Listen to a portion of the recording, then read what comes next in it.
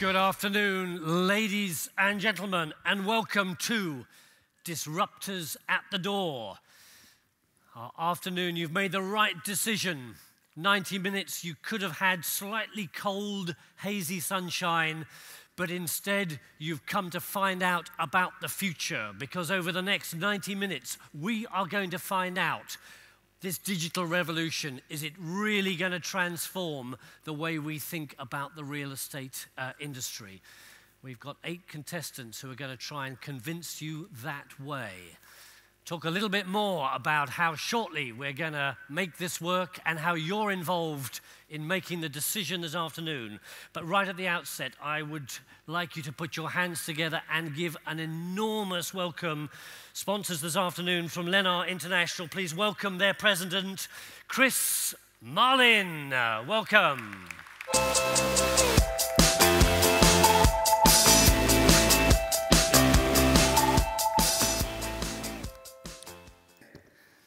Thank you very much, and I want to thank MIPIM for giving Lennar the opportunity to sponsor this extremely innovative session. We've been spending some time with the presenters backstage, and it's going to be a great show. Let me tell you a little bit about Lennar. I won't do a long commercial. Founded in 1954, taken public on the New York Stock Exchange about 42 years ago. Lennar is the second largest home builder in America. But it's more than a home builder. It's an innovator in the real estate space in the United States. Lennar has a mortgage company, a title company, a commercial development platform, a multifamily platform. It is a diversified real estate concern for the global investor. We have a solar company. We have an innovation center at Lennar that's going to be very focused on a lot of the business plans that will be presented today. Lennar International is the international engagement arm for Lennar. And one of our jobs is to travel the world and find out who's innovating what and bring them back to the Lennar ecosystem in the United States. We also offer a global home sales platform, EB5 immigrant investor programs, and we source foreign capital for the entirety of the Lennar platform, whether that's our home building business, urban planning, master plan communities, multifamily or commercial, anything in the Lennar ecosystem. So why is an American home builder sponsoring an innovation session, a business plan contest for the future in the name of the Dragon's Den? There's a simple reason. We are not going to be a horse and buggy company. Lennar is committed, just as is MIPIM this year, to exploring disruption and innovation in the real estate industry writ large, however that manifests itself. By 2020, just 5 years from now, 80% of all adults on the planet Earth will carry a supercomputer in their pocket in the form of a smartphone. That's 2 billion people today, doubling to 4 billion people in literally the next 5 years. And these are not expensive supercomputers. Micromax, the most popular brand in India, sells basics for under $40. From 2009 to 2013, Boston Consulting estimates the mobile industry invested $1.8 trillion in mobile infrastructure improvements globally, increasing download speeds by a factor of 12,000 and dropping data rate costs to a few cents per megabyte. And what does all this get us? When's the next bus? What's that tune playing I don't recognize? What would that barcoded product, conveniently barcoded, cost somewhere else? Did a company turning my phone into a remote control for taxis really just get valued at $41 billion? Uber? The mobile revolution and the Internet of Things are innovating real estate in too many ways to quantify. Today, let's get energized by our presenters and hold on to your seats. It's going to be a wild ride today. Thank you for your time. Brilliant. Thank you very much indeed. Grab one of the seats. And Chris, you are our first judge, but we've got 3 judges this afternoon. So please, I'd like you to give an enormous welcome to our 2 additional judges. First of all, please welcome Juliette Morgan from Cushman & Wakefield Global Technology Group. Global Technology Group leader. And also Samuli Siren from Redstone Digital, a venture capitalist based from Berlin. I hope you've bought your wad of notes to invest this afternoon. So, hey, we're getting on well. We've got some judges. We need some contestants. So again, I'd like you to put your hands together as we hear and welcome onto the longest couch in MIPIM our 8 contestants this afternoon. First of all, Romain Amato from Juwai.com in China. Secondly, Ross Bailey from Appear Here in the UK. Third, Jean-Marie Cellier from Tandoori by SpiceSoft. Okay, and Michael Mandel from CompStak in the USA. Our 5th from South Africa is Scott Picken from Wealth Migrate. Welcome. 6th is Renaud Proveur from Spallian in France. Our 7th, Henry Stewart from Visualise UK. And finally, last but certainly not least, Brandon Webber from Hightower, USA. You are all most welcome. Okay, so what's the deal? How is this going to work this afternoon? Well, the first thing to say is the judges are here to make some observations and comments, but you are on top. You are making the decision, okay? And I need to let you know how you're going to do it. You should have been given one of these. Okay, now is your moment to rip the top of it off and see what's inside. Okay? Woo. Okay. Very good. So there we are. That goes like this. Okay. Now, you can shake it a little bit. You can... I wouldn't lick it, but this is an LED magic stick, I am given to believe, and at some point it will ignite, okay? So that's the plan. We'll give it a couple of minutes to shake around and just get a feel of it. But the way we're going to organize this is as follows. We are going to hear from each of these 8 contestants.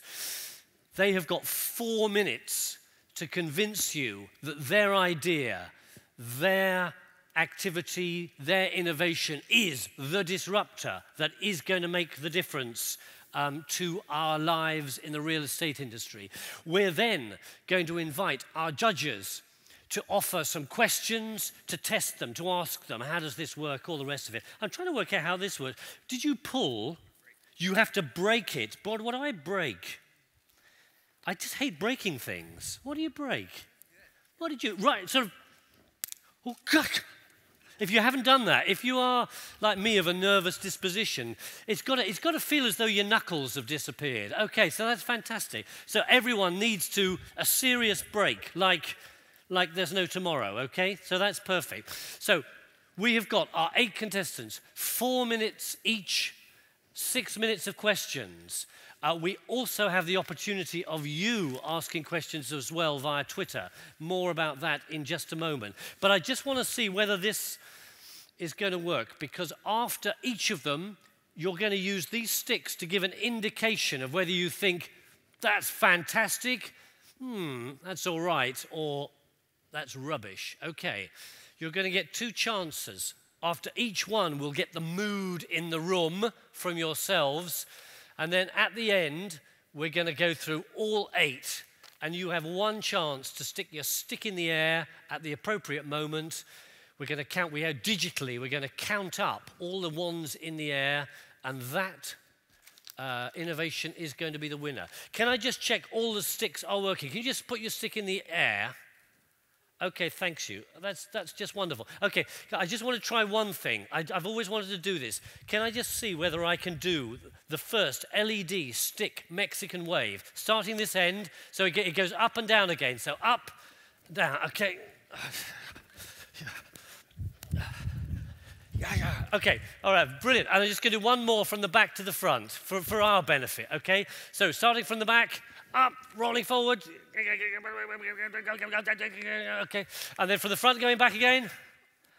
I tell you, oh, hey, pretty cool. We enjoyed that. Okay, So that's great. The other thing is, can I just have the lights on for a moment? Just house lights for the oh. You are center stage, and I just want to offer one moment of digital or non-digital disruption, because digital means we never talk to anyone, we just kind of do it via there. I'd like you to take 2 minutes now, and I'd like you to dare to look either in front of you or behind and see whether you can greet someone you have never met before in your life. This could be a disrupting, life-changing moment. So I want to fill that room with happiness and buzz as you greet someone you've never met in your life. 2 minutes to do that.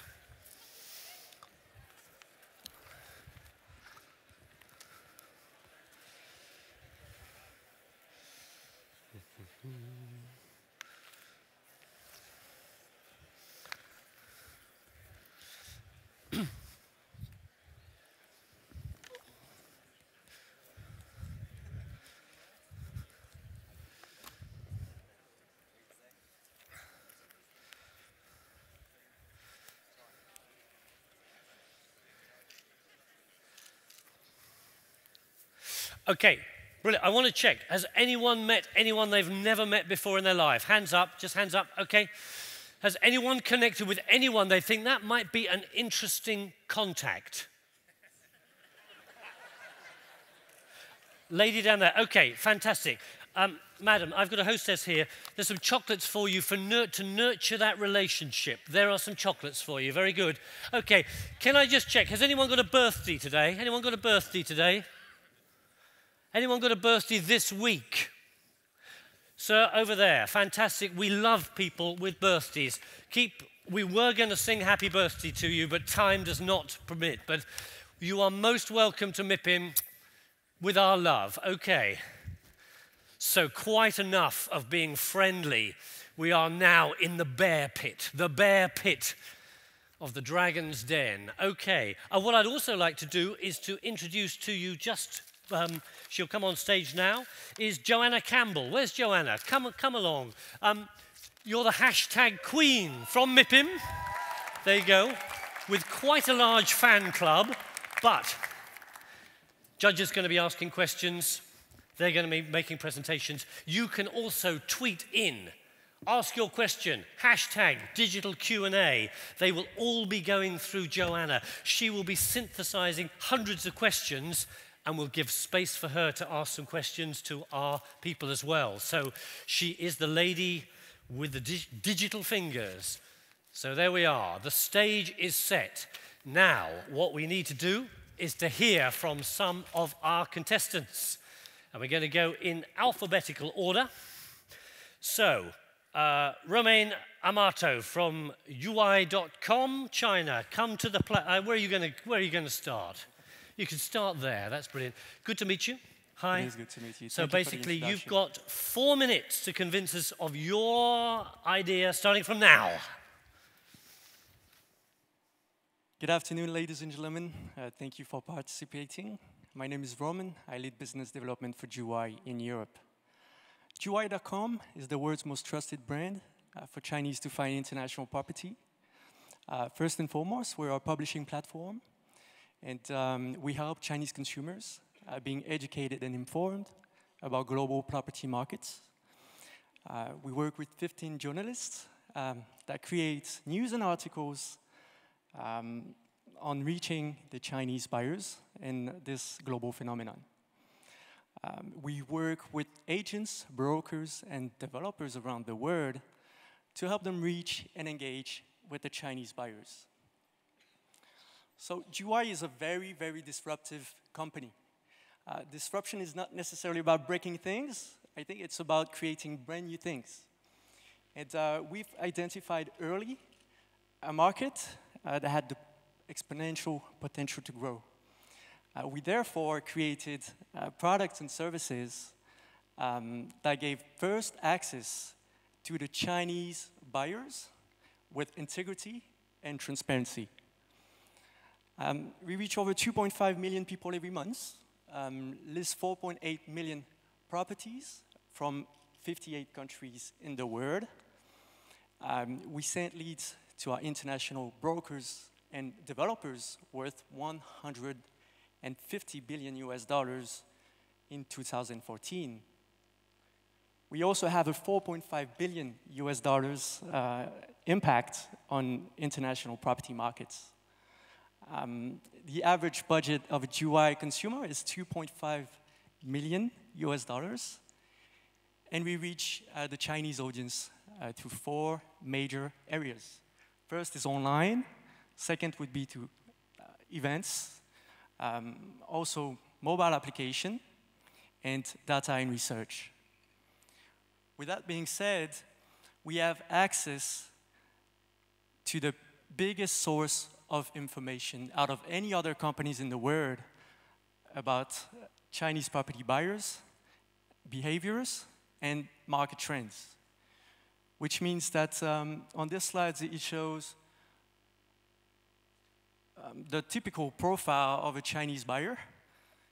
And we can see that their purchase reasons varies 1 out of 4 motivations. First reason for a Chinese buyer to invest in global markets would be investments. A second reason, it would be for immigration reasons. And third, it would be for education of their children. And lastly, for lifestyle properties. The average budget of a Juwai consumer is $933,000, and they're ready to invest somewhere between 6 to 12 months. So this market is big, it's growing fast, and we help this market raise from $5 billion in 2010 to $52 billion in 2014. It's also expected to be $220 billion by the year 2020. So not only were the thought leader in China, but also around the world, we were featured in every global major publications, such as the Forbes, the New York Times, Bloomberg, Financial Review, just to name a few. And we were the first property portal ever to have been invited to talk at the G20 conference. The Chinese today are the biggest international property buying group, and they will continue to be for a very long time. Thank you for your attention. Fantastic. Thank you very much indeed. So, if you stand there, over to our judges. Who would like to start with a question? Samuli. Believe and it will be. When will it be? Now. Now. There it is. Hello. Could you explain a bit your business model, especially when and in which stage of the whole thing you earn money? Since I see you open the international markets for the Chinese buyer, but where is your take?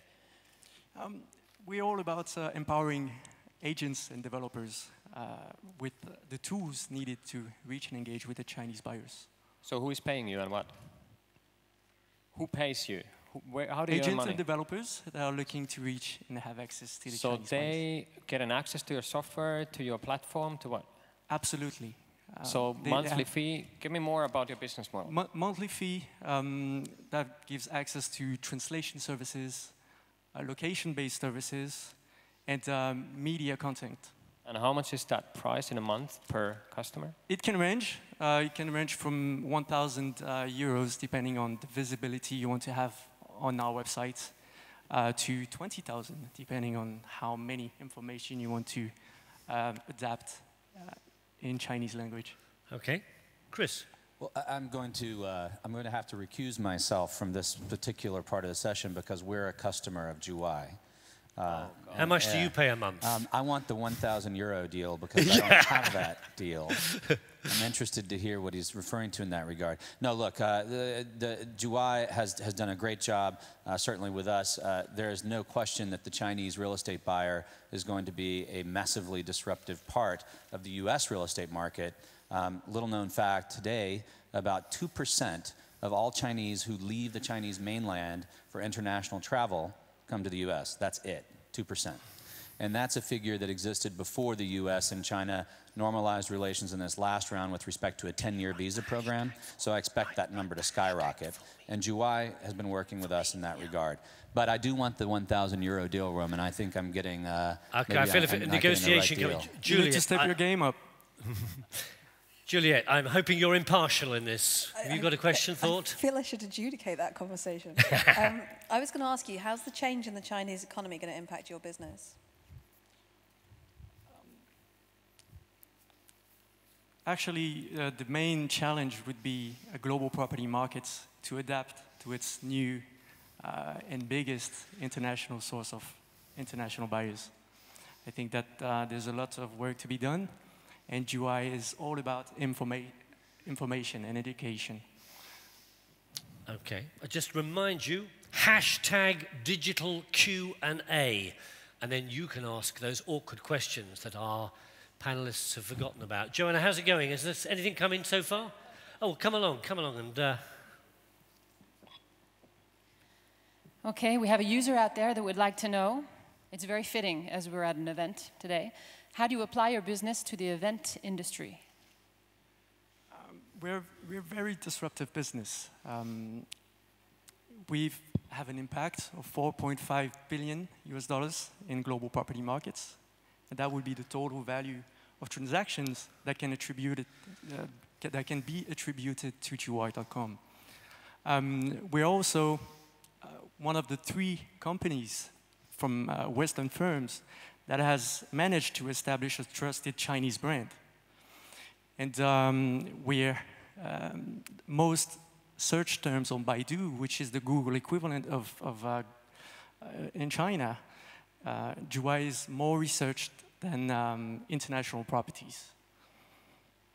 All right. Samuli, did you have one more to ask? Are there any kind of regulatory issues? Because we all know the political thing in China. Is there something which makes your business more complicated or which is limiting your scalability now or long term? Not at all. Not for the buyer also? Most Chinese banks have special entities to transfer money overseas for investment purchases for international properties. They all have that.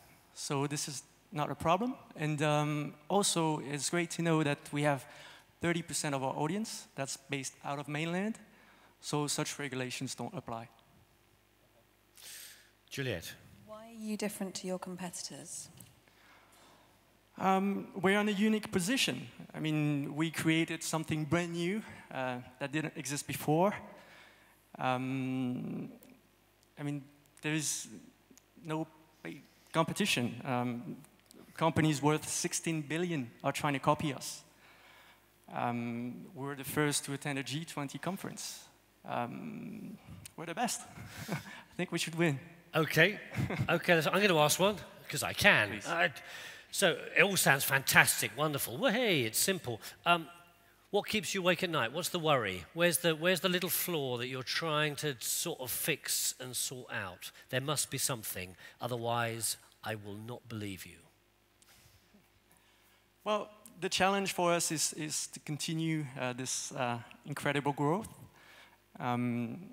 We are 100 staff members today, have offices in Hong Kong and Shanghai. It's growing fast, and the world embraces us. And we're all about service and to help you win this new venture. All right, I can feel the love. I'm going to quickly come to our judges before I get an indication from you. Just give me I'm going to rule you out, Chris. I'm sorry, you're out. Okay, but Juliette, just give us the heads up. You're feeling excited about this? I think it's fascinating, really cool. Nice to, thank you for sharing it with us. Okay, thank you so much. Is that disruptive? I don't know. Is that disruptive? Don't know. Okay, so our key scales for judging this is it disruptive, or is it just kind of, Is it scalable? Is it going to, in 5 years' time, have transformed elements of the real estate industry? With your voting wands now, I just want to give an indication. If you're thinking, next one, please, leave it down there. If you feel the room full of enthusiasm, just stick it up in the air now. Okay, let me get an indication. What do you feel about this one? Now. Okay, you can sort of do a half wobble, wobble, wobble, wobble if you like. Okay, so yeah, that for a first one, I think we're on, you've got some friends out there, so that's good. Thank you very much. Okay, so we are going to our second digital disruptor, question mark. Please welcome to the platform Ross Bailey from Appear Here UK. Great to have you with us, and in your own time, no, not in your own time, in my time, 4 minutes starts now. Oh, can we start back?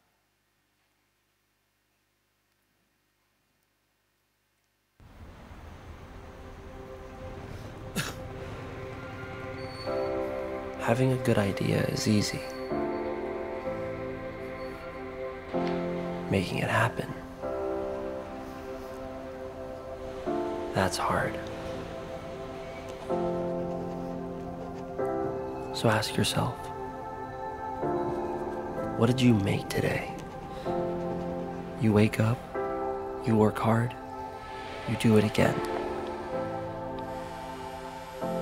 Because it takes everything you've got to bring an idea to life. But there's a magic in having something that's yours like that. Something you've built. Something that's a piece of you. And along the way, you'll make mistakes. So make them count. You'll have your late nights, your lonely days, your fair share of letdowns. But they won't stop you. Because all great ideas came from nothing. They started inside your head, your heart, your garage. But inside is only so big. Out there, there's opportunity. There's space to show the world what your idea can do. Give your ideas the space to grow, and anything's possible.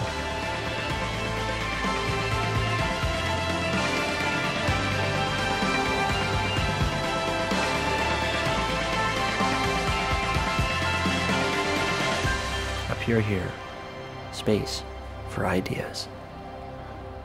Hi, so my name is Ross Bailey, and I'm the CEO of Appear Here. And Appear Here is the leading marketplace globally to rent retail space. So what did that video mean by making ideas happen? Well, at Appear Here, we take entrepreneurs, retailers, and the biggest brands and help them find space online. Spaces from high street shops to locations like Box Park to some of the most luxury destinations like the Burlington Arcade. And we make it all happen on an online marketplace, from finding the space to signing the legals to paying seamlessly on our marketplace. And we make it as easy as booking a hotel room. So, why is this disruptive? Well, the year I was born, 1992, the average lease in the UK was 20 years. Today, it's under 5. But the way we rent space hasn't changed for the past 100 years. It averagely takes 3 to 6 months. There's multiple intermediaries. And what we're trying to do is match landlords and tenants directly, making it go from 3 to 6 months to averagely last month, 50% of all bookings for Appear Here took 48 hours. Over 10,000 brands and retailers are currently using our platform. Just in London, 650 shops launched last year in 12 months. Over 2,000 years, 2 millenniums worth of ideas are currently waiting to find space on our marketplace. And we're working with some of the very biggest and best landlords. But not only are these landlords using our platform to rent space, they're using our data and our understanding of the market to change the way they manage and build properties.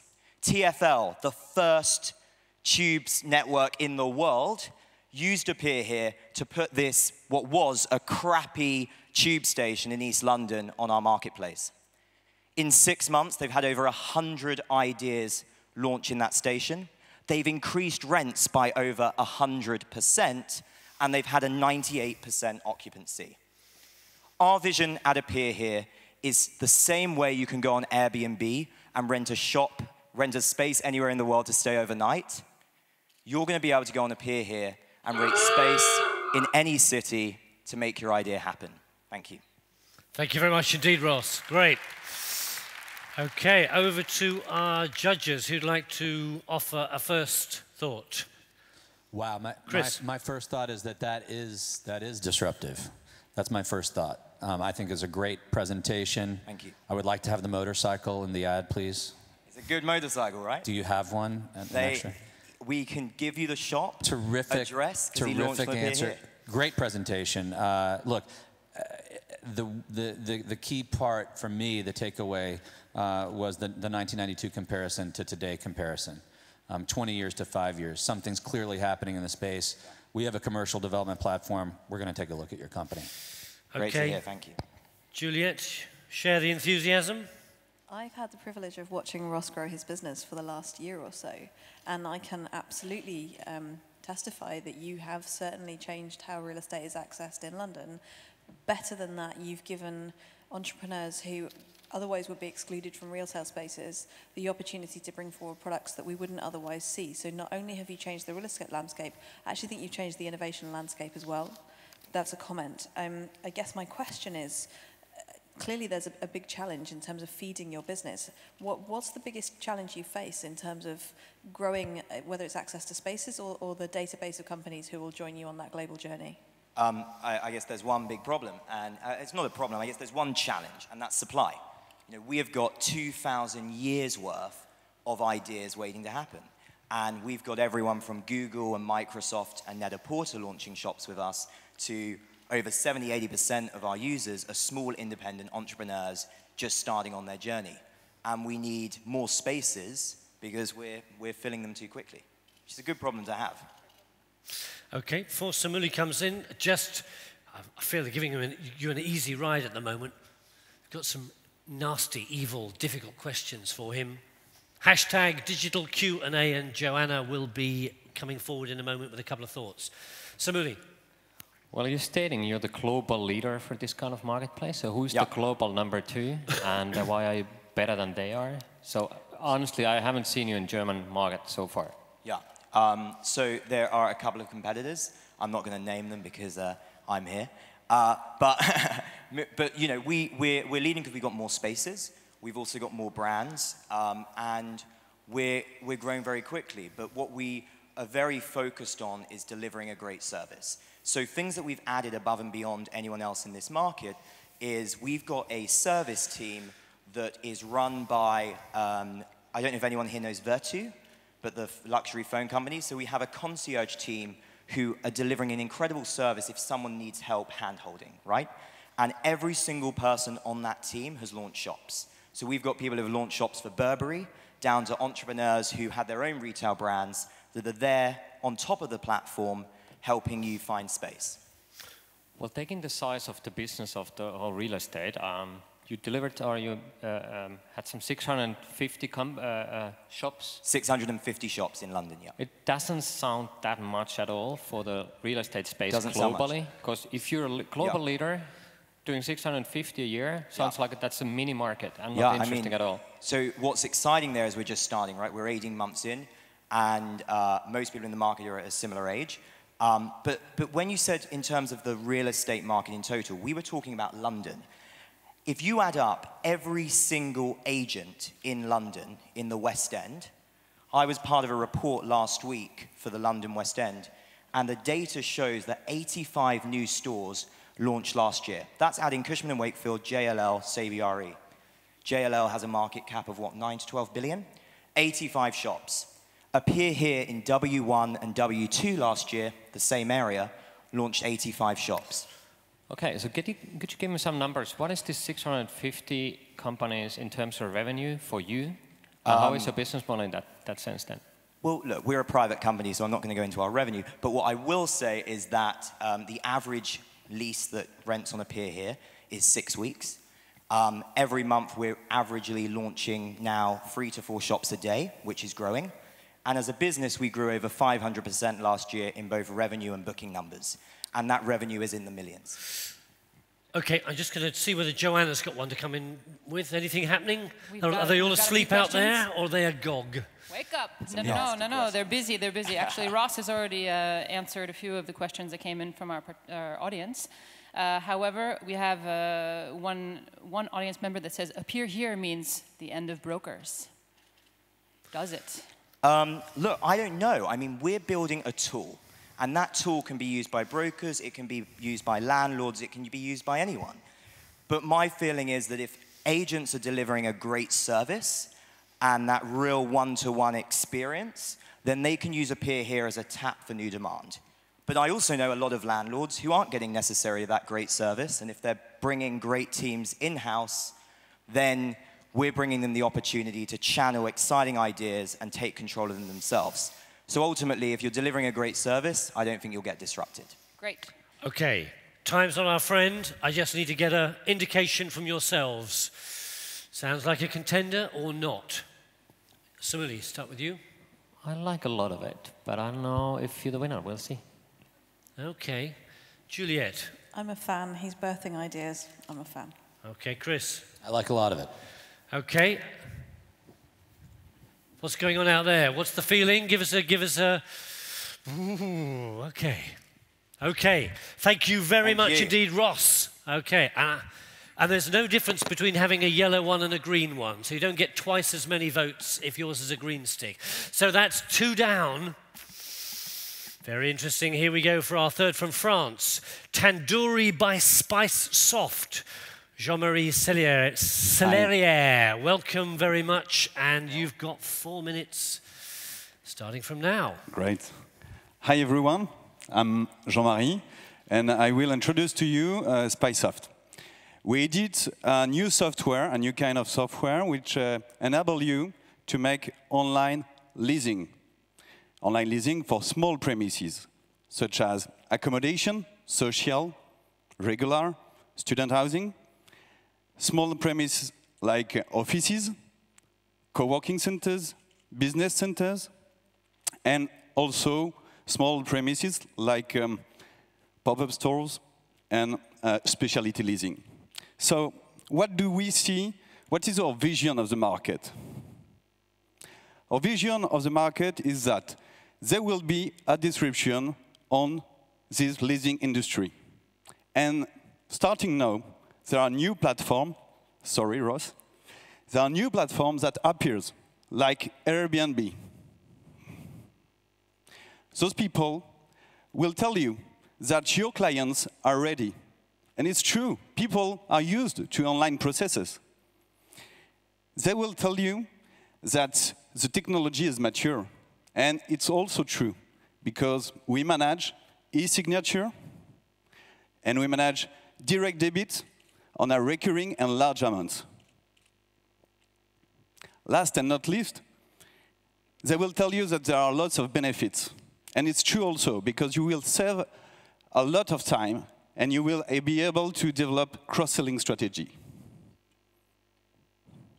But do you want platform to disrupt your market?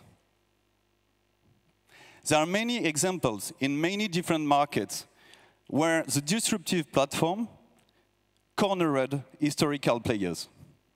Let's talk about hotels, for example. You know that platforms such as Booking.com have been very attractive. But no, the dark side is, and you know that, hotel operators are becoming suppliers. Because when you don't own anymore your client, because when you give up 15% of your revenue, of your income, you are becoming a supplier. Even Accor, #1, the first hotel operator in the world, just launched more than 200 million euros of investment to maybe come back in charge of its business.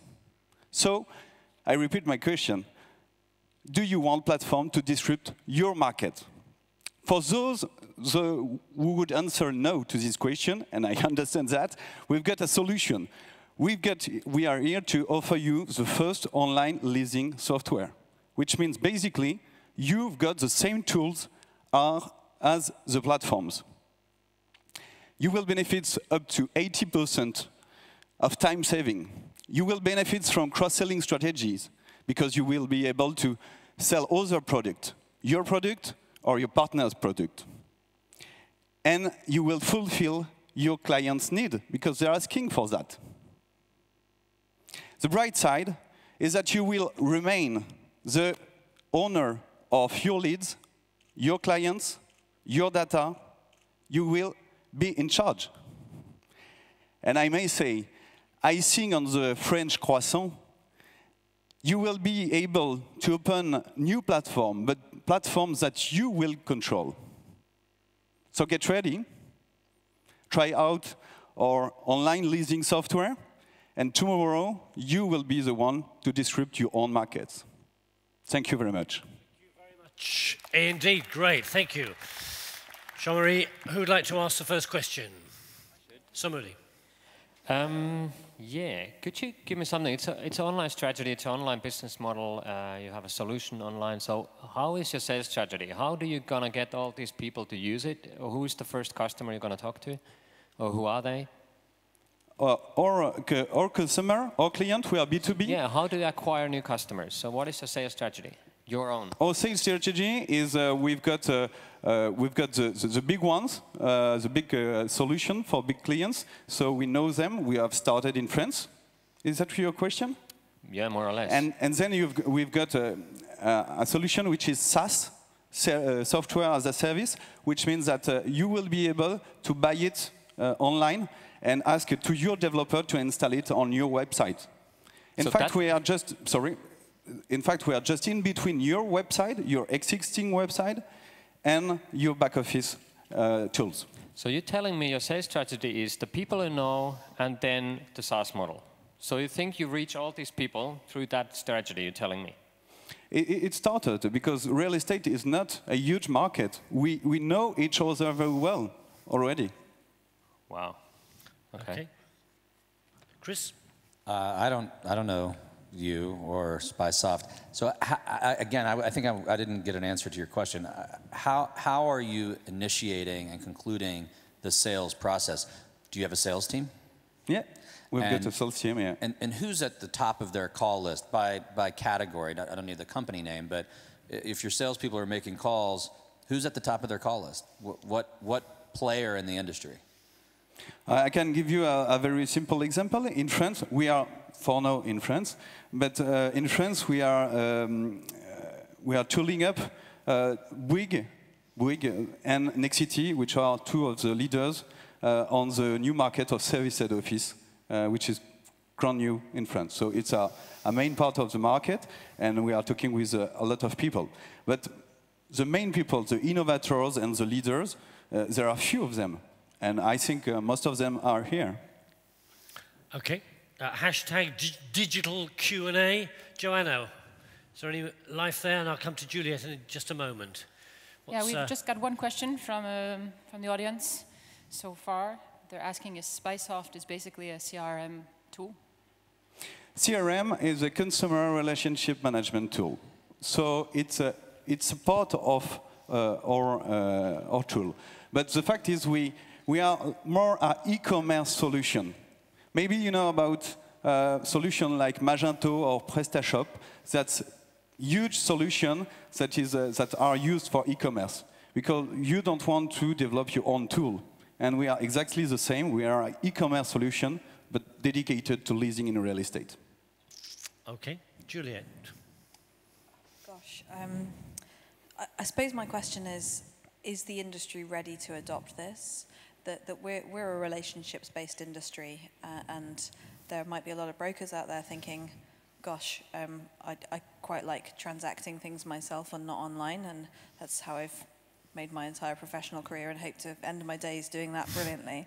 So are you finding there's good adoption from the industry? Are we ready? You know, there is a theory about the adoption cycle, and we are clearly on the beginning. And on the beginning, you need to find the nice and good innovators, and there are very few. That's less than 2% of the market. So for now, we are dealing with those people that see the danger arriving.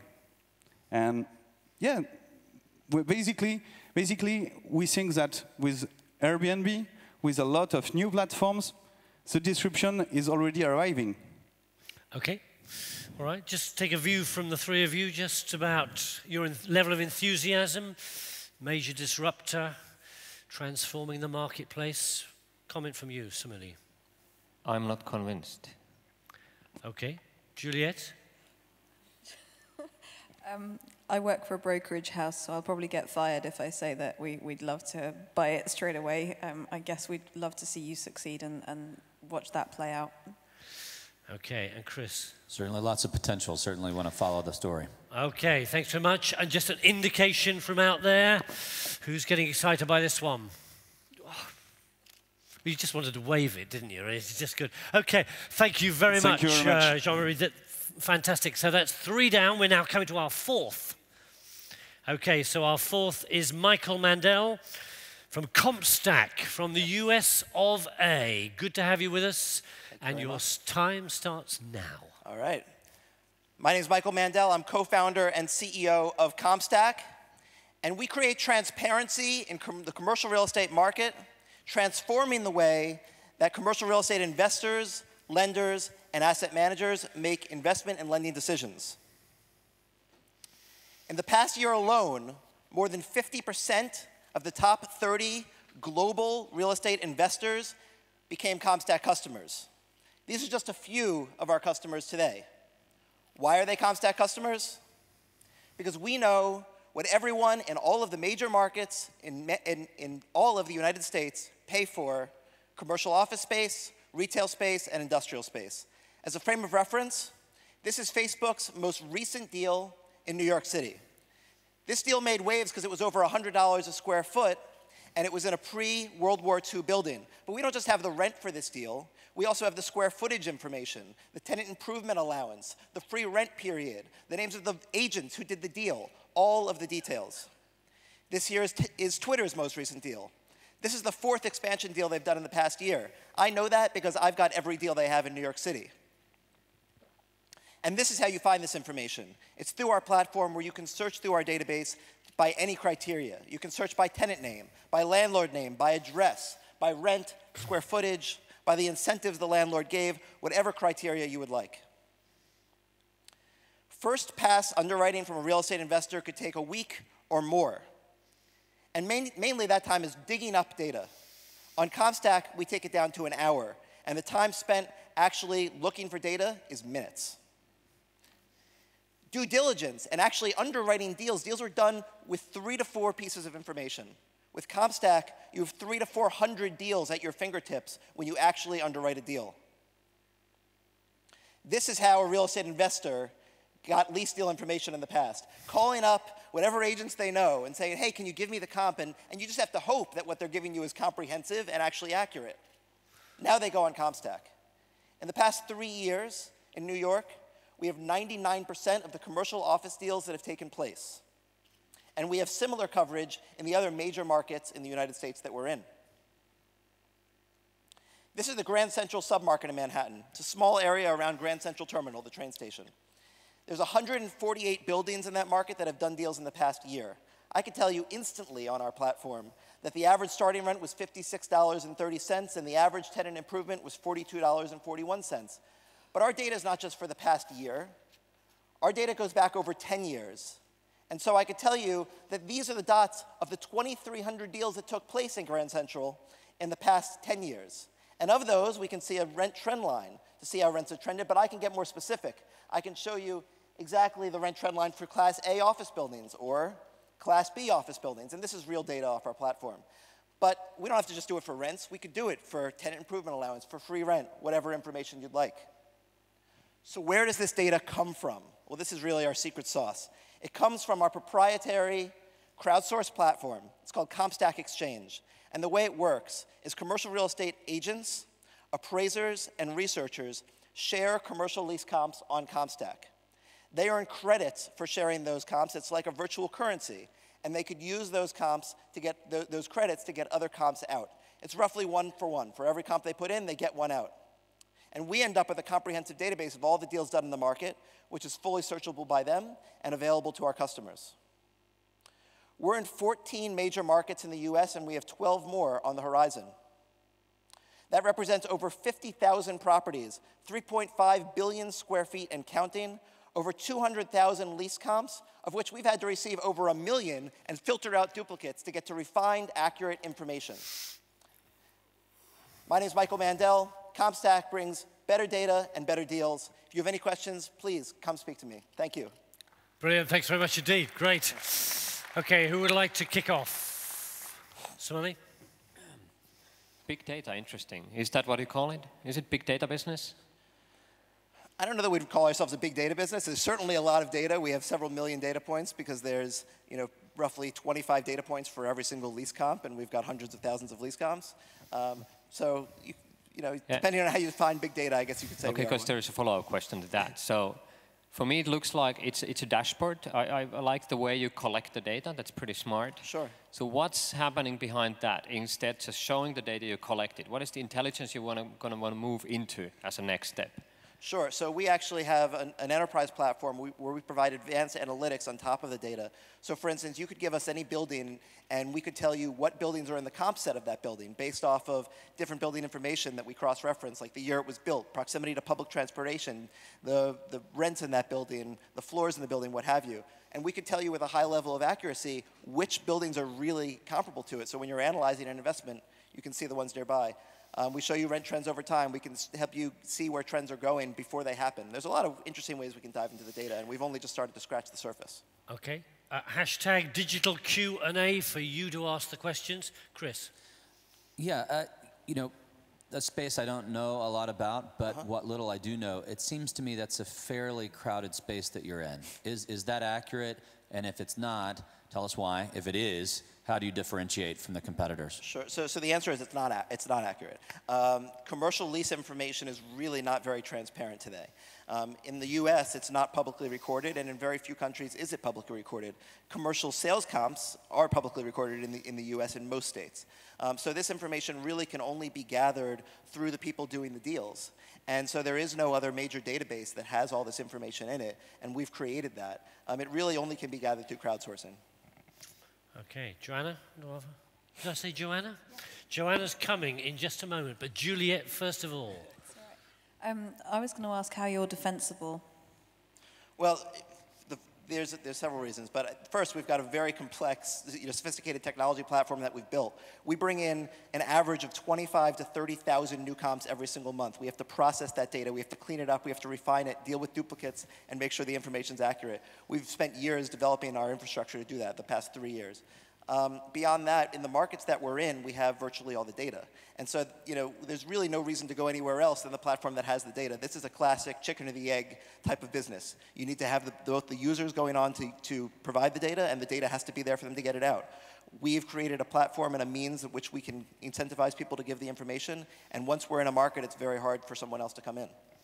Joanna, what's going on out there? Yes, in fact, you might have answered a few of those questions, but we have a lot of participants in the audience who are asking how exactly do you get all the data, and then after, how do you validate it? What is the validation process? Sure, okay. So just to make it very clear, so commercial real estate agents, appraisers, and researchers share lease comps on CompStak. They earn credits for submitting that data. So they get 1 credit for each piece of information in the comp, 1 credit for the landlord name, 1 for the tenant name, 1 for the rent, 1 for the square footage. And they can then use those credits to get other comps out. But all of our data comes from our members who share it. And then to validate the data, the first thing we do is we use machine learning and statistical anomaly detection that allows us to find outliers in the data. Then every single comp that goes into our system gets reviewed by our analysts. They review the outliers. They also look to see who gave us the comp. Is it somebody who's given us great data in the past or someone who's brand new to CompStak? Then they make phone calls often if they need to, and they validate the data by calling one of the brokers on the deal or one of our members who works for one of the firms that did the deal and ask them to check it. But I think the best testament to the quality of our data is the fact of who our clients are. When we sell to somebody like an Equity Office Properties or a JP Morgan or a Wells Fargo or a Tishman Speyer, we go into their offices and they say, okay, I want you to pull up this building and this building and this building, and we have to have all of their deals and the data has to be accurate. And if it's not, they're not going to pay us for it. Okay, thank you very much. get a comment from you all before I go to the audience. Digital disruptor, scalable, global. What's your thinking? I'll come to you first, Juliette. It sounds as though your platform is built off a lot of trust and traction in principally the New York market, and so I'm interested in how you're going to scale that into new markets, because it sounds like you need to pre-populate a lot of it to get traction, and so I can absolutely see the power of it. I can certainly see the industry wanting it and making sure that they're not, wholly reliant on other players in that space. Okay, sure.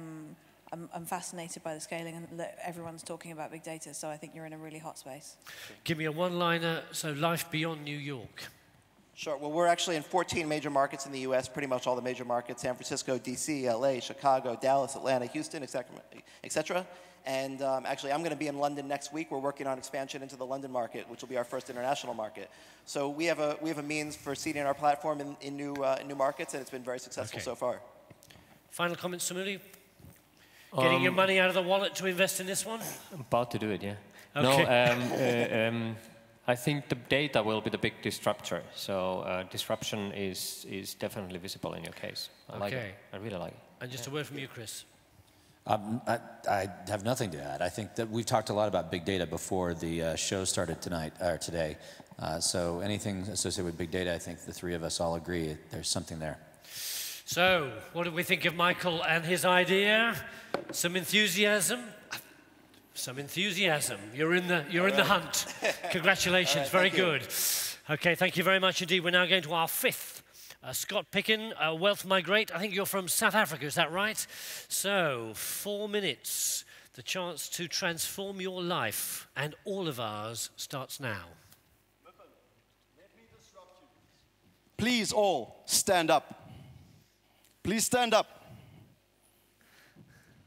I want to welcome you to the future of real estate. In the next 4 minutes, we are not only going to show you something that is going to disrupt real estate, but we are going to give you a solution which will solve our planet's greatest challenge.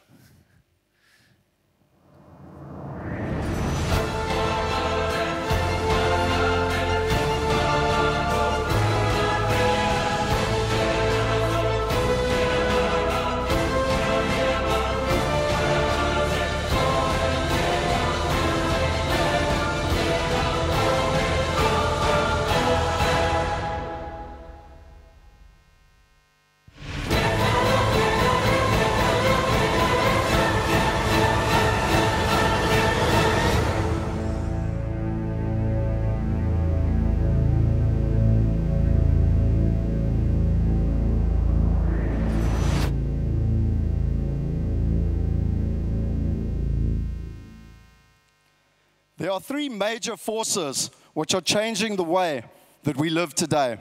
The first is the economic force.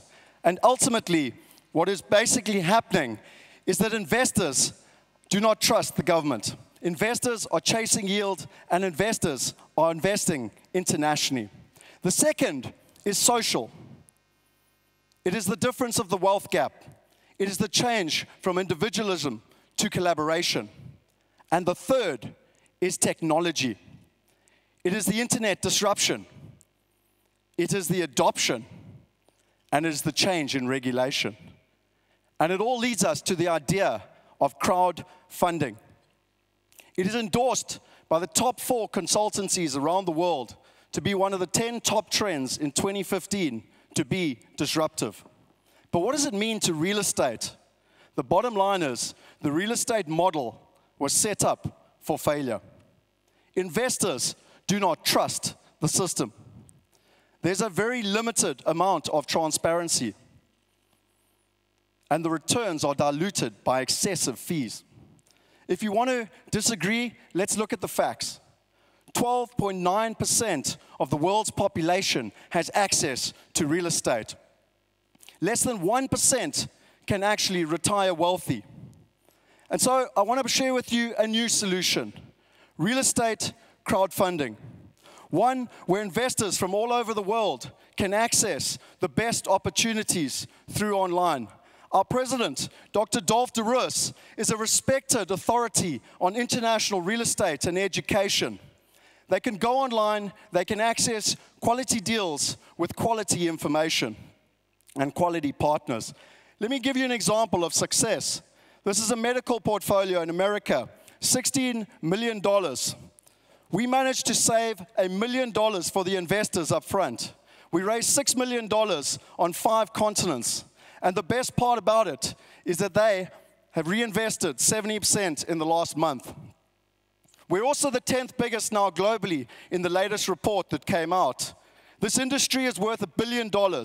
It's expected to be $2.5 billion this year and $250 billion by 2020. The internet has disrupted many technologies. Why will real estate be any different? The last question I have for you is I implore all of you to join the wealth movement. Our mission is to empower 1 billion people through the use of the wealth effect in real estate by 2020. It is not only important for you individually, for your personal wealth, but for us to create a better and more sustainable planet. Thank you. Thank you very much indeed. So, hashtag digital Q&A. What are your questions to Scott that will warm you up? Who would like to start? Juliette? Sure.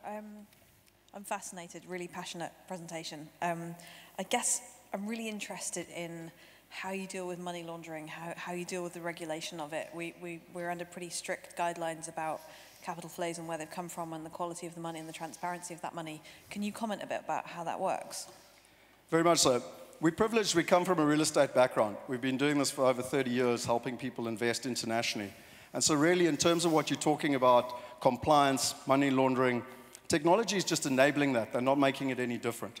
So you still have to know your client. They still have to go through all the details. And depending on the different countries, there's different restrictions and different needs. And that, to be honest, is our knowledge base that we brought before the technology enabled this to happen easier. Chris?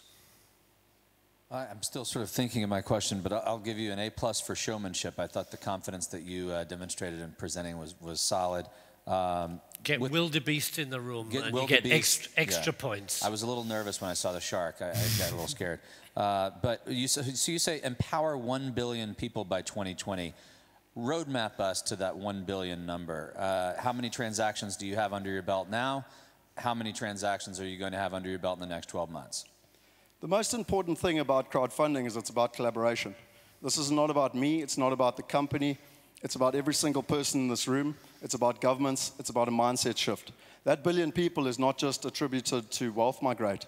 It's attributed to every crowdfunder out there, every organization, to empower it to make it happen. And in simple terms, our aim is to get it down to an individual where it's one person, $1, one investment.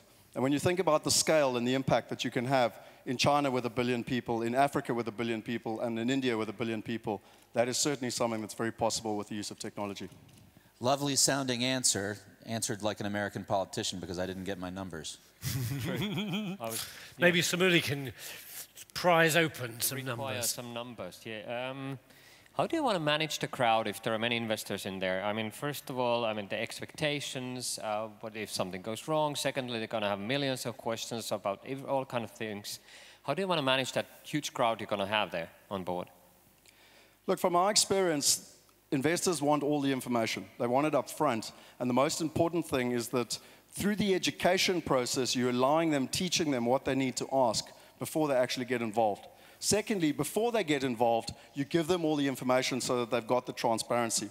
And then once they're invested, there's obviously an online collaboration platform, not just from ourselves, not just from our partners, but from fellow investors to be able to talk, to engage, and to find solutions. But we all know that doesn't work that way. They will call you, your phones will be ringing, they will ask you the same things 8 times and repeating the stuff, not understanding. And we're talking about a lot of people calling you.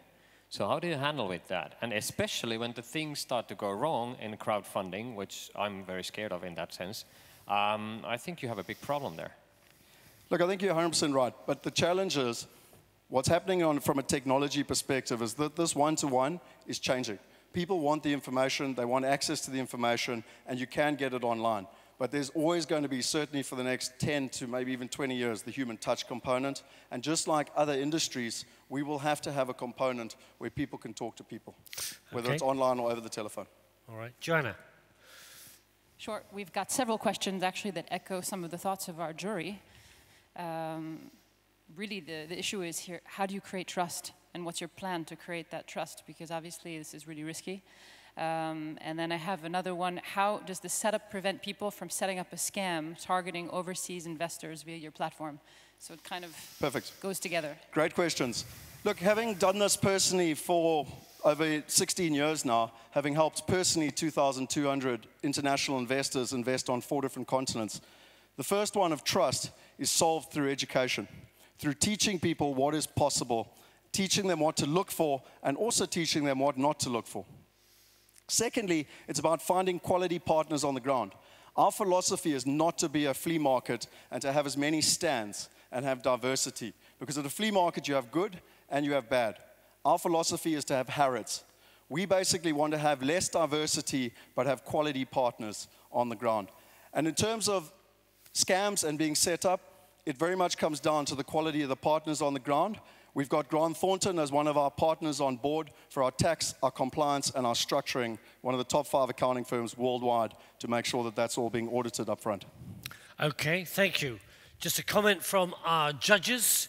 So is this a lion out front or one of the wildebeest? What's your feelings? Chris?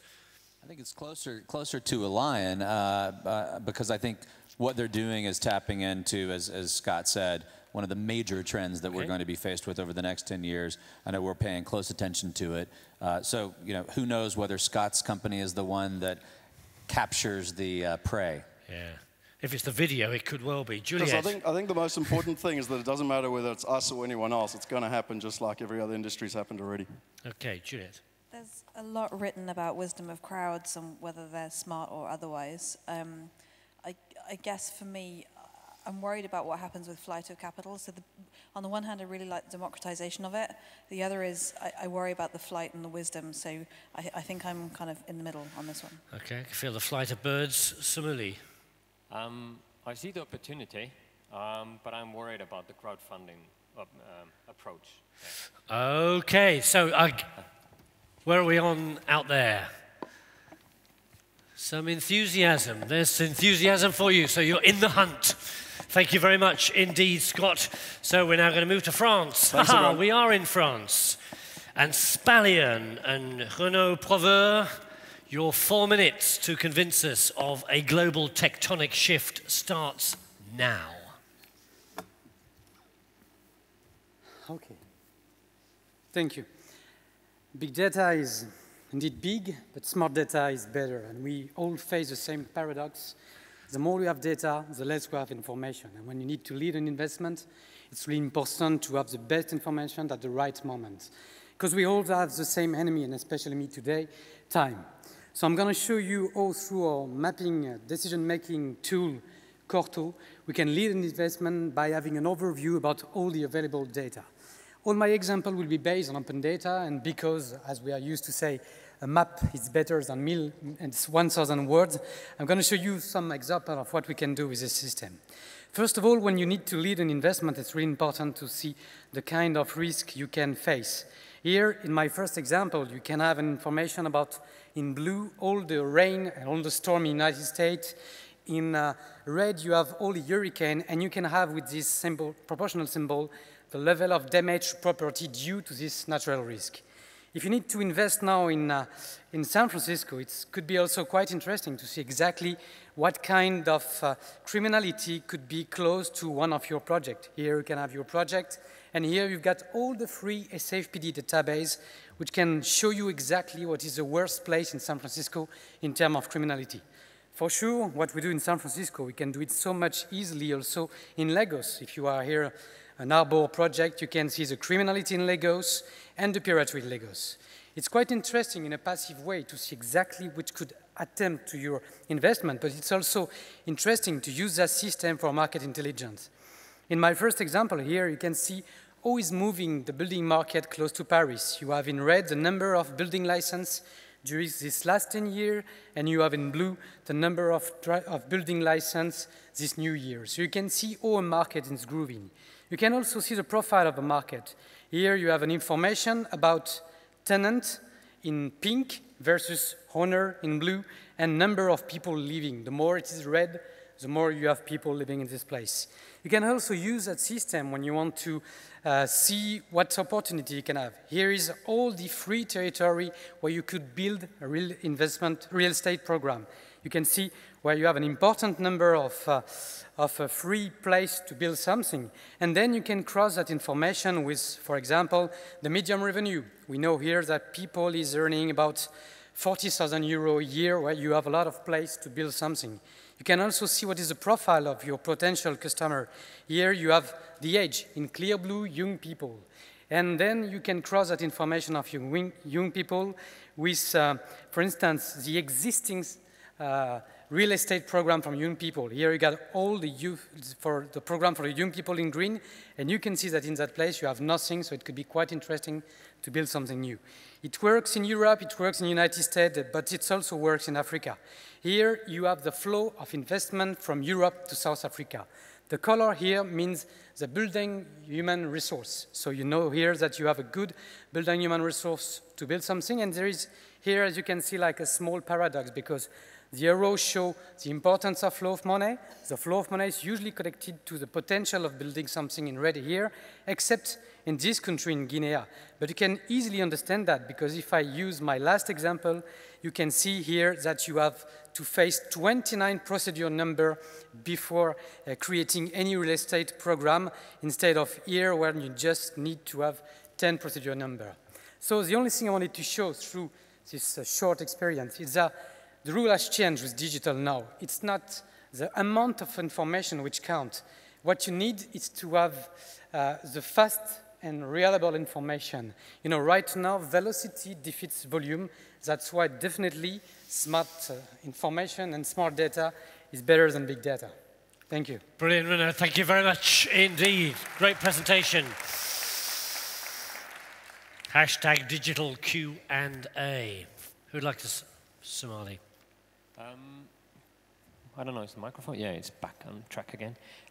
Where do you get this data? So what is the background of that, first of all? Believe and it will be. Don't worry. Yeah. I can stay here. Yeah. You can make a little bit politician, but it's easier for the cameraman as well. You will vote for me.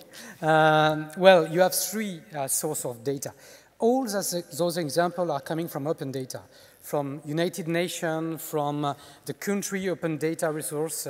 You have a lot of open data. We have more than 4 million of information all around the world. Then imagine what we can do if we integrate your own data. You are all professional, you are all living on a mountain of information, but you know, sometimes you're living on a gold mountain of information and you are digging with a spoon. So what we do, we connect our system to all the data, open data, existing data, such as CRM, for instance, and then we can integrate data coming from social networks. So you can see what is the trends, what is the needs of people.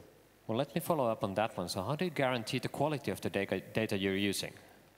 That's something really important, you know, that's the kind of service we can bring. We have people which are specially trained to analyze. It's like the intelligence part of our work.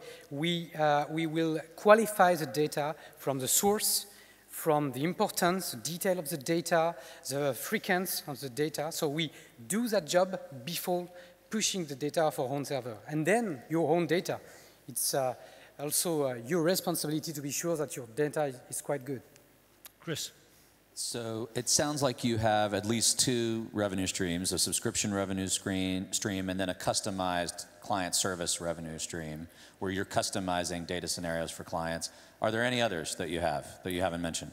Well, this is one of our products. We have many products based on data, but most of all, we run that system to €1,000 a month for 5 users. We work with about 600 cities around the world, because this is a part for real estate. But imagine a mayor who can lead his city and lead his project if he has an overview about health, security, building, everything. So we run the system, and some of our clients can ask us for specific service. You know, a few times ago, we have a big pharmacy company who say, I want to know where diabetes will be a real problem in the 5 next years.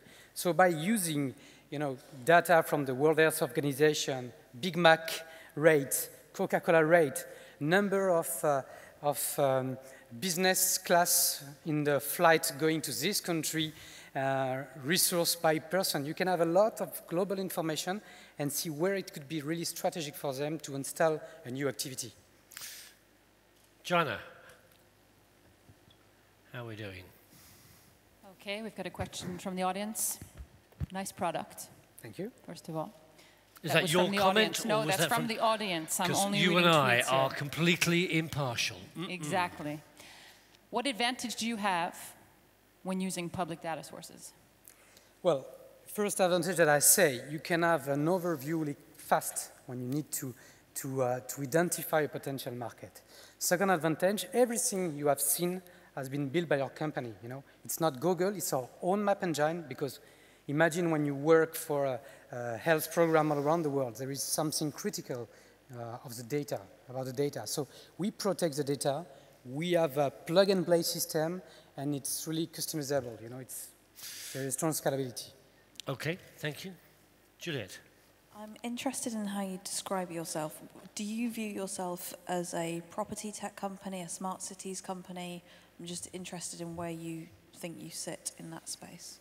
Well, indeed, what we do, we make big data speak on a map to enable strategic decision. So it can be quite interesting when you've got a real estate decision to take, or every kind of strategic decision, from the public side to the private side.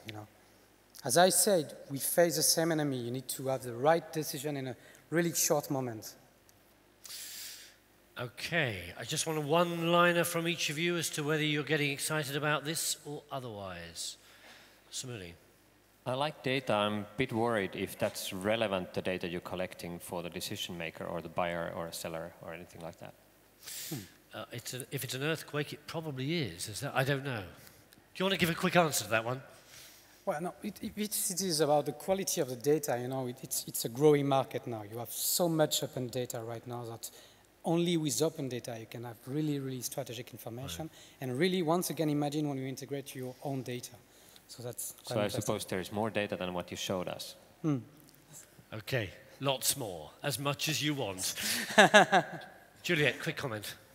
Really like the visualization, really like the open data initiative aspect of it. I think there's infinitely more legs to be put on the quality of the data that goes in there. Yeah. Chris, word from you? Concerned about competition and just the crowded nature of the big data space. It seems like I read about a new company like yours every week. All of them sound extremely compelling, tough to differentiate. Okay, thank you very much. Renaud, ladies and gentlemen, who's getting excited about this program, this project? Spallian. Oof. You're not going to make it difficult at the end by all voting for all of them, are you? No, I hope not. So very good. Thank you very much indeed, Renaud. And we're on the home straight. Henry Stewart, Visualise, you from the UK? That's right, thank you. So, your 4 minutes starts now. Henry, off you go. Hi everyone, I'm Henry Stewart from Visualise. We're a virtual reality agency. So we specialize in making experiences that you can completely immerse yourself in. But before I start, I want to check with the audience. You should put your glow sticks in the air if you've actually had a go with any virtual reality. So more than I expected, actually, but there's still a huge amount of you who won't really have a clue what I'm talking about, and you won't really know until you actually try it yourself. But you put a headset on, like the one we've got over here, and when it's on, you're completely immersed. You can look all around you, absolutely anywhere, and then you can interact with that environment as well. So don't just take it from me, from Mark Zuckerberg. One day we believe virtual reality will become a part of the daily life for billions of people. So not only does he believe that, but he then invested $2 billion, and Facebook bought Oculus Rift, which is the main hardware supplier in this field. So not only Oculus, though, Samsung have come into the game with the Gear VR headset. HTC, Sony have produced a headset, and Google have produced something called Google Cardboard, which really democratizes the whole industry. So big players are getting into this, and it's starting to be a very disruptive technology in a huge number of industries. And interestingly, automotive industry is the first to really pick it up. Sport, you're starting to get a lot of kind of live streaming into VR, so people can put a headset on and watch an incredible sports match. But property has been the real elephant in the room, the sleeping giant. And there's a better case for VR in property than there is in almost any other industry. So we were asked to come along to MIPIM and produce a VR example to show how VR can be used in property. And what we produced, we took a kind of Bond villain's lair style property, and we modeled it, lit it, and put this in front of the user. So you put a headset on, and you see this kind of doll's house in front of you, and you can actually lean down and peer into the windows like a giant and take steps to the side. And then you can grab, using your hand, you can grab this virtual model and actually turn it in front of you. So you can see your hands inside there as well, which is quite a big step forward in VR. So using this technology, you can jump to different rooms as well. You could use a game controller to actually move through the corridors and into all around the property and really explore it. So one of the really special things here is not just the ability to look at a property privately, but to actually connect with someone on the other side of the world as well. So you can be in London talking to your client in the UAE who's exploring a property which he's looking to buy in France or wherever, and actually talk them through what they're seeing with a headset on yourself. They've got a headset on, and you're both exploring a property. So in terms of why it's disruptive, from all the things up there, I think the absolute most important thing is that you're not just viewing a property and trying to make an impression of it from a flat piece of paper or from a video. You're actually able to experience and feel the property. You're able to know it's so realistic now that you feel like you're inside the property. You can buy off plan. It's completely honest as well. So you know there's no surprises when you come to buy the property because you've actually been there and stood there. But it doesn't need to be just for sales. It can also be an incredibly powerful tool for developers. So architects could put themselves in a property and look for faults, see what it's going to feel like for someone who's actually going to live in that property or for a client that's going to buy the property. So thank you very much. Brilliant, thank you very much. Can you visualize this one? See what our judges have to say. This is not the first time we've seen the technology, but it's the appliance of it that's very interesting. Chris? Yes, I think all of the judges tried this out in advance of the presentation, and I think we all got motion sickness at some level or differentiated level. We hear about a lot of technologies in this area. I'll ask the same question that I asked your predecessor. It seems like it's becoming a crowded area. I feel like I get a VR note every week telling me to try this out. It's going to change the way we sell property abroad. How do you respond to the crowding of the space, or do you see it that way? I think a lot of people are going to rush into it in the first instance. And as you mentioned there about the motion sickness, that's a huge problem at the moment. And it's something which all the big players are working on. So as the devices get faster, higher resolution screens, and we as content providers get better at learning how to make that tech, it's going to let the people who are very good at VR and make those comfortable experiences rise to the top. And the rest of that crowded industry is going to fall away. But the crucial thing is making good VR, which is comfortable. The experience that I showed you here was a 360-degree video moving through a property. It's that kind of movement which can be a trigger for motion sickness. So the main example I've shown on the slides up here that you can see at the Cushman & Wakefield stand has none of that movement. You're from static positions. You can hold your hand up in front of you, and each of your fingers will show an option of a room to go to. And then you use your other hand and you point at that option, and you jump immediately to that room. So it takes away the motion, which takes away the sickness. Plus, by doing it on a computer rather than on a mobile phone, like I showed you, it's a much more powerful machine to get the speed up. Okay, and you're sure it wasn't a glass of wine you had at lunchtime? Okay, Juliette. Oh gosh, so many questions. I suppose for me the question is, are consumers ready? It's quite an interesting experience putting on a headset, and I've watched people worry about hair and all that stuff. These are the important questions. Yeah. No, but genuinely, actually, it is. I'm interested in your perspective on the willingness of consumers to physically wear technology. To look stupid. Yeah. Well, it's going to take a bit of getting used to for people, and I think it's going to be a bit of a culture change when, as more of these headsets are around, people are going to get used to having ruffled up hair. Yeah, I do see that, people kind of watching their hair afterwards, but still, you get people queuing up at events to try this on, and there's so many takers, and the kind of feedback you get from people when they do this is so powerful. I mean, it's a bigger step forward, I think, in media consumption than anything since the TV, in terms of the revolutionary way it feels to be inside somewhere and forget the real world. Right. Samuli.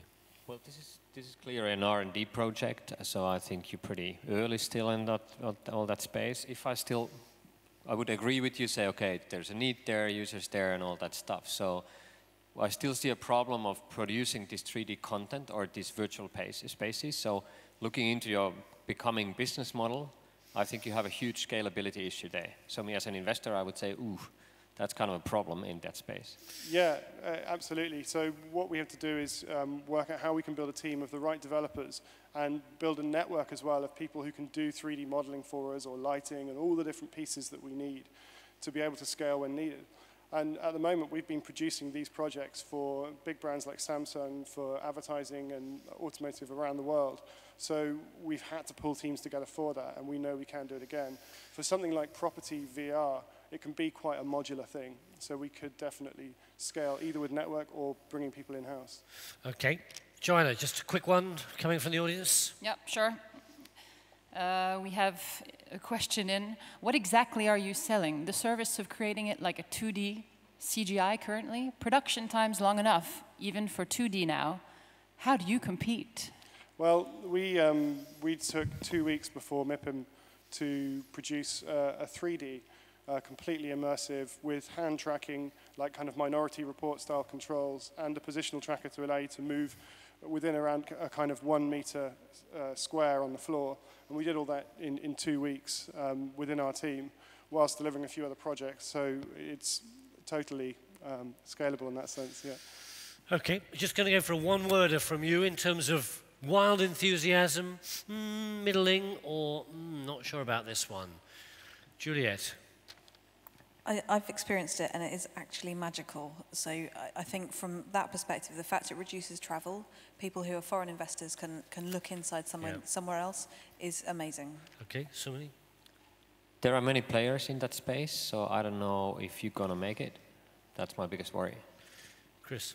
We've all heard content is king, and Henry, if you can occupy that content space and be the content provider, you've certainly got an excellent product. So over to you. Is this a hair disruptor or a digital disruptor of the real estate industry? Where's your enthusiasm?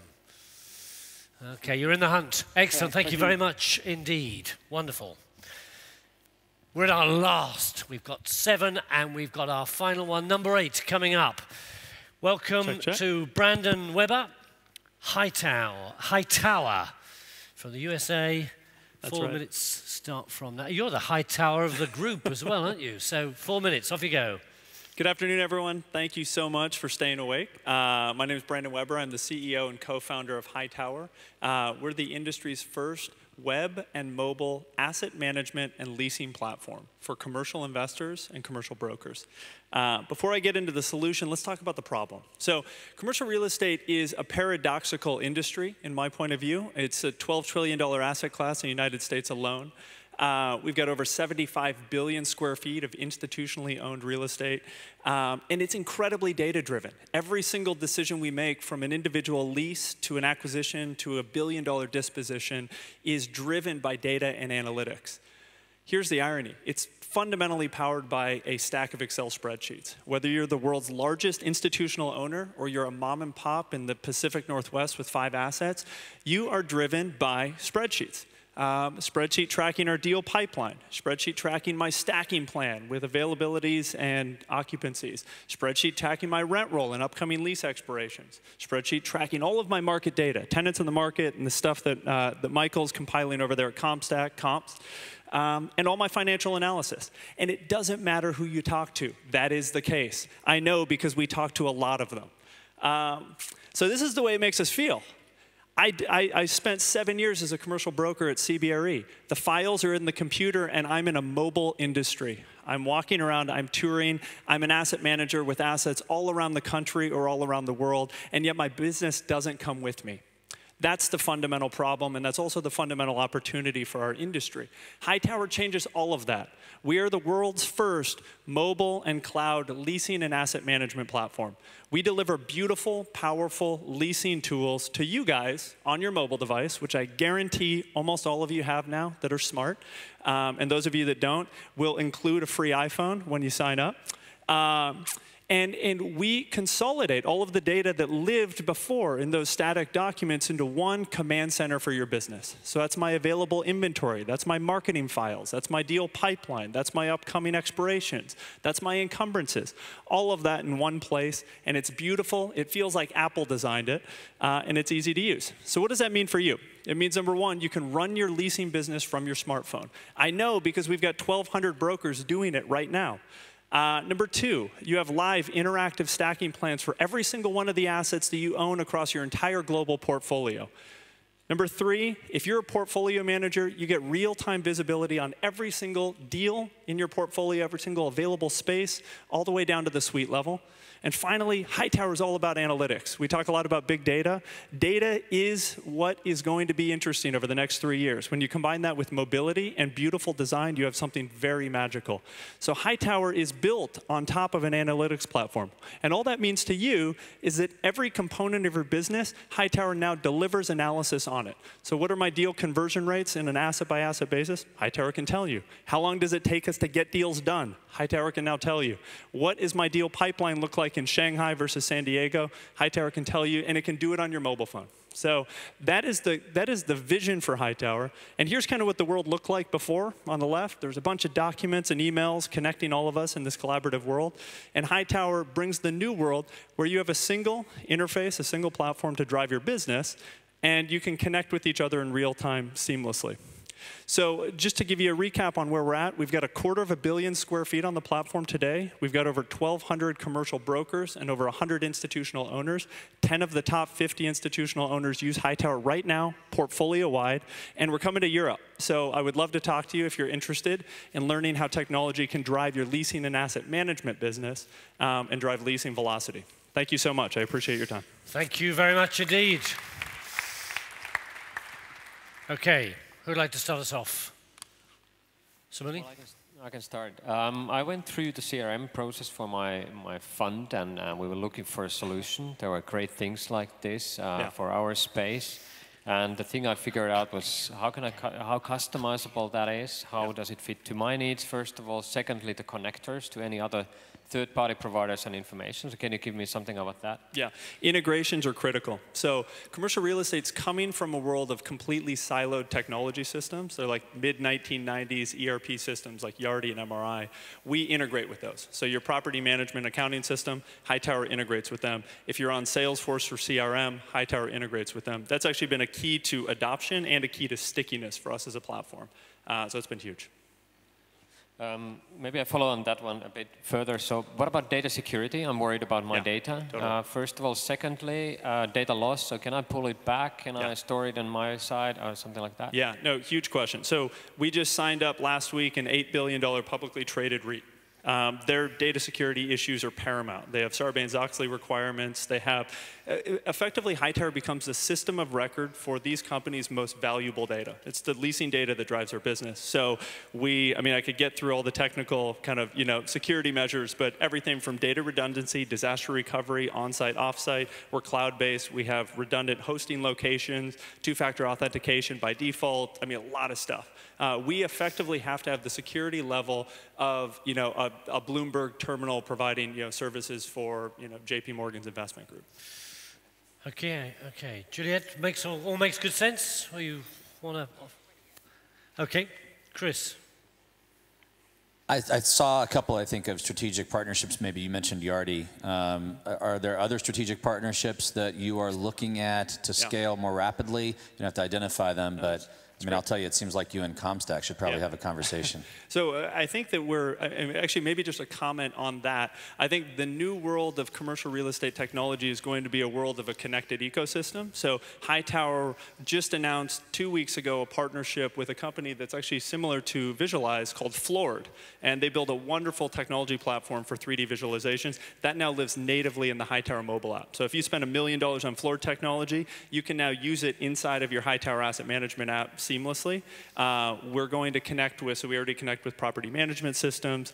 Our roadmap is very focused on making sure that Hightower can become the one system of record for all of that data, and that requires us to have really great relationships, technology relationships with a lot of the other systems that they use. We just launched a feature that syndicates all of your available space to listing services like CoStar. That's a huge time saver for our clients at Cushman & Wakefield and CBRE, who are always trying to push that information. It's never up to date. It's never in sync. Those kinds of problems. Okay, all make good sense. Any more questions? I think we've got it taped. Okay, just come along the line and just, if you want to just give an indication of your level of enthusiasm for this one as a digital disruptor. Juliette. I think I know a lot of brokers who just want to come up and hug you. So, yeah. We love brokers. Hey, I want to hug you as well. I needed that. Okay. Somebody.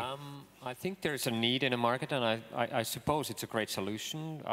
Disruptive, I don't know. So it could be that you improved something what is there, and we haven't talked about the data that's being collected every single day just as an outcome of using Hightower. Okay. Pretty cool stuff.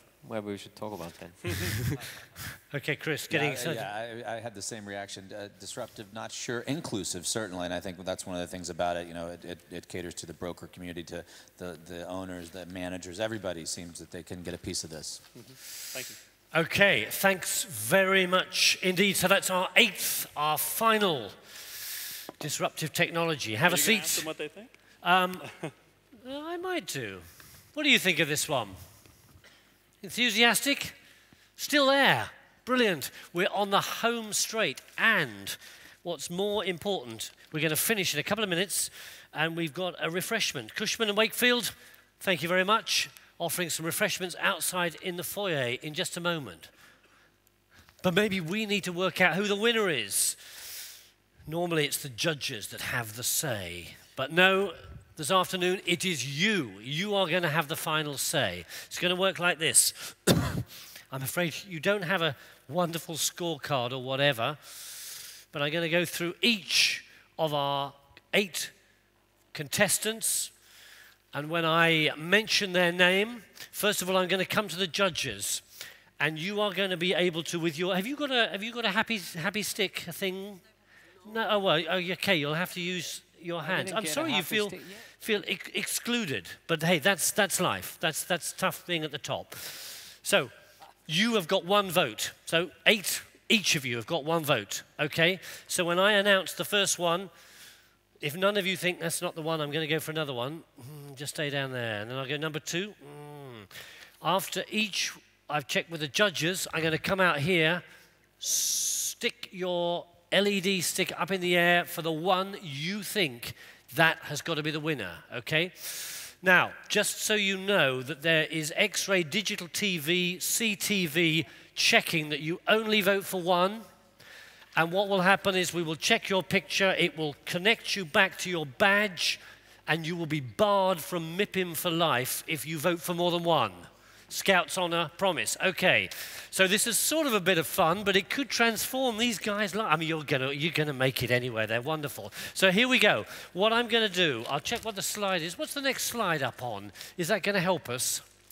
So I think our first, I'm gonna go 1 to 8. And when I announce it, if you could stand up and just go, well, hey, that was me. All right. So our first, is this going to be the winner? Our first, oh, and Joanna, I need you with me because you are my independent verifier of the number of sticks that are up in the air. Okay. And if you put the stick up in the air and you're very enthusiastic, if you could wave it as well, that would kind of be cool. So we'll get an indication. I feel pressure on us too. Do you know what I mean? So I'm going to start with the judges. So our first one was Romain Amato for Juwai.com. Stand up and say, yee-hee, wahai. Okay, judges? Okay, okay. Juwai.com, who's for that one? Okay, you're in the lead at the moment. Okay, okay. Number 2, Ross Bailey. I hope you're remembering what these ones are. Ross Bailey, appear here. Remember that one? Ross Bailey. Okay, judges.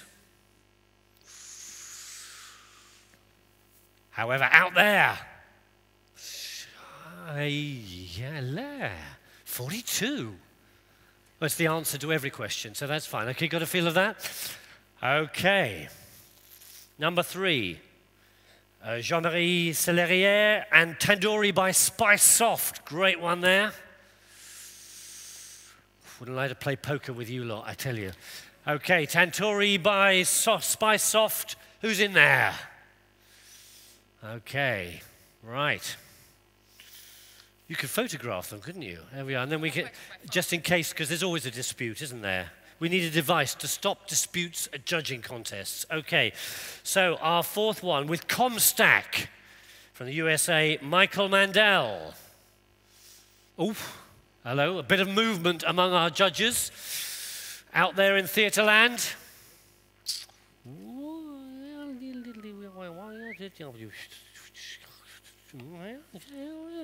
All right, thank you very much. 5th. Scott Pickin, Wealth Migrate. Are you with the wildebeest? You're a busted flush now, so out there, Scott. Who goes for that one? Okay, some enthusiasm. All right, very, very good. And then our 6th, Spallian, with Renaud Proveux. Okay, how are we doing? Okay, you've secured all the French vote. At least that's fine. That's excellent. I thought the French would be out there in front, you know. Okay. Okay, take off your Visualise glasses because it's Henry Stewart with Visualise from the UK. Who's with that one? Okay. You're joint last, but we love it. Okay. And finally, Hightower with Brandon Weber, the last one. Ooh, okay. So, it's a tough world out there, but we reckon the judges got it all wrong because the winner is Ross Bailey from Appear Here. Congratulations. Okay, fantastic. Great job. Great job. And wonderful. Look at that. Yeah, hold that. Okay. So, just to say, we have got a wonderful, you must show them, it's glass, so we'll just be a little bit careful as we hold that up. But that is a great trophy, okay? Wonderful. You've also got a certificate, and even more, we're going to give you 2 free tickets to come to MIPIM next year, and 2 tickets in a helicopter ride anywhere from Cannes next year, okay? So congratulations to you, and the judges will congratulate as well. Okay, could we say a huge thank you to all our contestants. There are some fantastic disruptors. So brilliant job. Thank you so much. And thank you for playing the game, because it's a crazy world like that. But we've all gained from the experience. Could I also say a huge thank you to our judges, Samuli, Juliette and Chris, and also for your support for this event. We are at an end. It's been raining out there, so you made a great choice to come here. But do loiter in the foyer. We're going to take a few photographs, but then these guys, and next year it'll be guys and girls. These guys are going to be back out there, hopefully, shortly, and you'll be able to have a chat with them. But for now, huge cheer. Thank you all very much for your participation. We hope you've enjoyed this afternoon, and we hope some digital disruption is going to be part of our future. I'm sure it will. Thank you very much indeed. And ladies and gentlemen, to also disrupt the end of this session, please join me in a big round of applause for our perfect master of ceremony, Peter Woodward.